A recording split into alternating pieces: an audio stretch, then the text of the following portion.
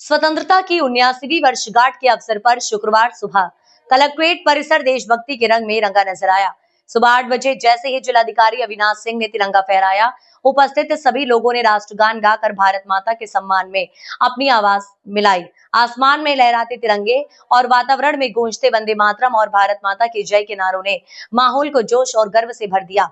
स्वतंत्रता संग्राम सेनानियों के परिजनों का सम्मान झंडा फहराने के तुरंत बाद जिलाधिकारी ने स्वतंत्रता संग्राम सेनानियों के परिजनों को शॉल और स्मृति चिन्ह देकर सम्मानित किया।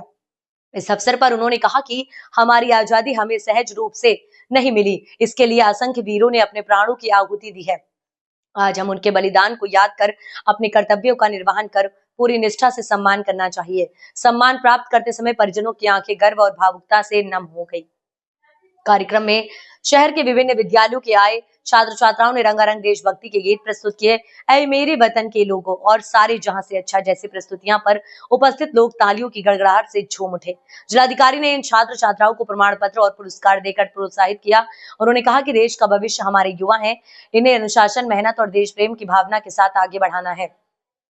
अधिकारियों की गरिमामयी उपस्थिति। इस मौके पर एडीएम वित्त एवं राजस्व संतोष कुमार सिंह, एडीएम प्रशासन पूर्णिमा सिंह, सिटी मजिस्ट्रेट अलंकार अग्निहोत्री सहित अन्य प्रशासनिक अधिकारी एवं कलेक्ट्रेट कर्मचारी उपस्थित रहे। सभी ने कार्यक्रम में सक्रिय रूप से भाग लिया और स्वतंत्रता दिवस की शुभकामनाएं दी।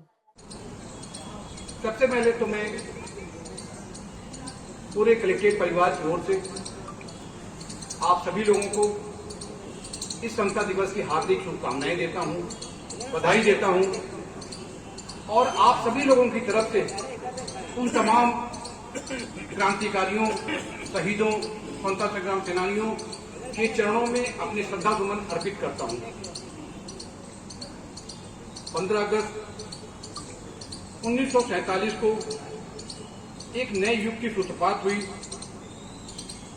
जो एक लंबे संघर्ष, बलिदान और राष्ट्रीय भावना का परिणाम था। तब से लेकर आज तक लगातार हमारा देश विकास के पथ पर अग्रसर है।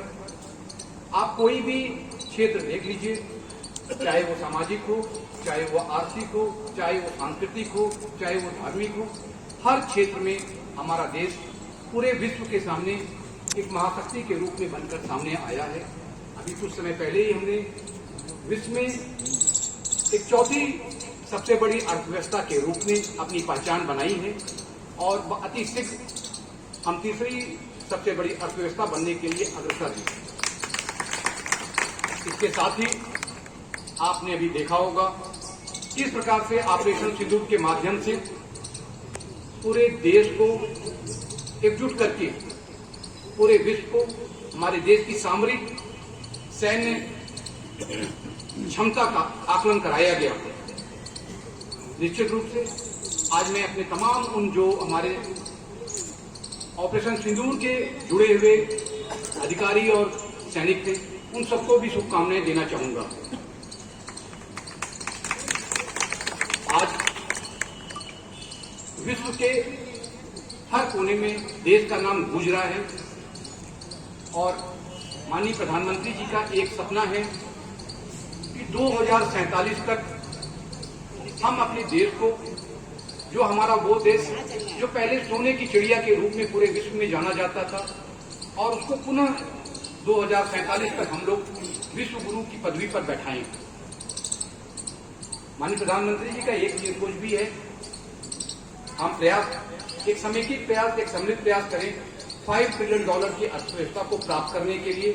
उसी प्रकार से हमारे हम सबके प्रेरणा स्रोत माननीय मुख्यमंत्री जी की एक सोच है $1 ट्रिलियन की, पूरे देश में, पूरे विश्व में अपने देश को नंबर 1 बनाने की और उस देश में अपने प्रदेश को नंबर 1 बनाने की। आप देख रहे हो कि पिछले लगातार कई वर्षों से जितने भी सेक्टर्स हैं, जितने भी पैरामीटर्स हैं, उसमें हमारा प्रदेश नंबर 1 भी चल रहा है। लेकिन कुछ दिक्कतें भी हैं, कुछ लोग ऐसे भी होते हैं जिसे कह सकते हैं जिनकी नकारात्मक सोच होती है। उन्होंने समाज में कई दीवारें खड़ी करने की कोशिश की है। उन दीवारों को आप, उन वादों को आप अगर गौर करोगे आप उसमें जातिवाद भी है, धर्मवाद भी है, संप्रदायवाद भी है, क्षेत्र भी है, भाषा भी है। ये तमाम वाद हैं, तमाम हमारी दीवारें हैं जो सोसाइटी को बांटने के लिए खड़ी करने का प्रयास किया जा रहा है। लेकिन हमको याद रखना होगा इन सबसे बड़ा एक बात है और वो है राष्ट्रवाद। तो राष्ट्रवाद को हमसे सबको टॉप पे रखना है, जैसा कि माननीय प्रधानमंत्री जी, माननीय मुख्यमंत्री जी कहते हैं, नेशन फर्स्ट। हमारी हर एक्टिविटीज में हमें कोई भी कार्य करने से पहले एक बात सोच लेना चाहिए कि हमारे राष्ट्र के लिए, हमारे प्रदेश के लिए और हमारे प्रदेश के एक एक नागरिक पे उसका क्या असर पड़ेगा। तो सबसे पहले राष्ट्र से बाकी अन्य काम बाद में है। और इन्हीं बातों में मैं आप सबको आज एक बात और जोड़ना चाहूंगा और वो है कर्मवाद। हमें हर चीज को कर्म की कसौटी पे कसना होगा, हर चीज को मेरिट पे देखना होगा। एक निष्पक्ष, एक पारदर्शी व्यवस्था के तहत किसी के साथ अन्याय न हो, ऐसा प्रयास करना होगा। और हम सभी लोग मिलकर अगर प्रयास करेंगे तो निश्चित रूप से जो एक सपना है 2047 वाला कि हम देश को विश्व गुरु की पदवी पर आसीन कर सकें, वो निश्चित रूप से पूरा होगा। मैं आप सभी लोगों को, पिछले बरेली के आवाम को, बरेली के सम्मानित नागरिकगण को इस बात की बधाई देना चाहूंगा। पिछले कुछ महीनों में आपने एक पूरे प्रदेश को, एक पूरे देश को एक मैसेज दिया है, एक संदेश दिया है। वो संदेश है सांप्रदायिक सौहार्द और सामाजिक समरसता का।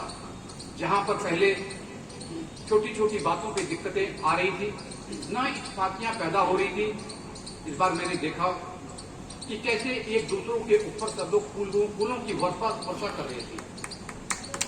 और मैंने महसूस किया कि शायद उस वर्षा में कोई दिखावा नहीं था, वो स्वतः स्फूर्त था और उसमें निगेटिविटी के लिए कोई स्थान नहीं था, कहीं से नफरत का दूर दूर तक स्थान नहीं था। इसके लिए मैं बरेली की पूरे आवाम को, पूरी सम्मानित जो कह सकते हैं नागरिक हैं, उनको हार्दिक बधाई देना चाहूंगा कि बिना आपके इस सामंजस्य के इस प्रकार से नहीं हो सकता था। और हमको अगर अपने जनपद को टॉप पे ले जाना है, मैं